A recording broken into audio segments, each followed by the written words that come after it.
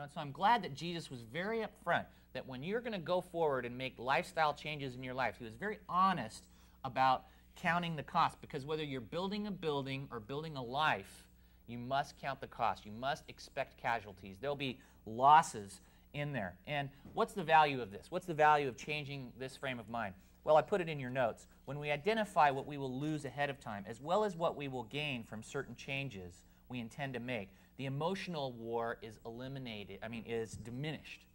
The emotional war is diminished. It's not eliminated, but it's diminished because I know ahead of time that I'm going to lose some things. Now, practically, how does this work out? Well, look at the key domains of your life.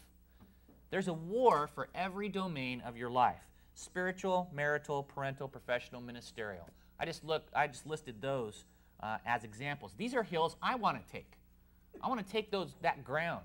But if I'm going to take it, what would be the loss in the spiritual realm? Well, I'm going to have to give up some sleep, in the morning for me to get up, get in God's Word, have a time of prayer. What about the marital? I might have to give up and lose my pride, my control over the situation. I might even have to admit I'm wrong every now and then in order to take the high ground in my marriage. What about the parental? Well, I'm definitely going to have to cut out some of my personal time doing other things if I intend to be a godly father and spend time with my kids.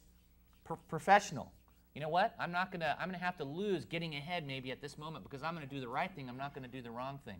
I'm not going to step over people to get the promotion. I'm not going to do the unethical thing to get the sale. I'm going to lose perhaps financially and positionally in my company in order to do the right thing. I have to count the cost. Ministerially, or in terms of ministry and service, I'm going to have to give up time, definitely, to choose to serve God. And when I look at this process, I see a very strong parallel with war. You look at our present engagement in the war against terrorism, in the right column there. We have a defined enemy. It's terrorism. We're deliberate. We have a solid commitment. It's deadly. We are going to create losses on the other side. Now think about that in your life. You have to create losses to achieve the objective. It's diverse.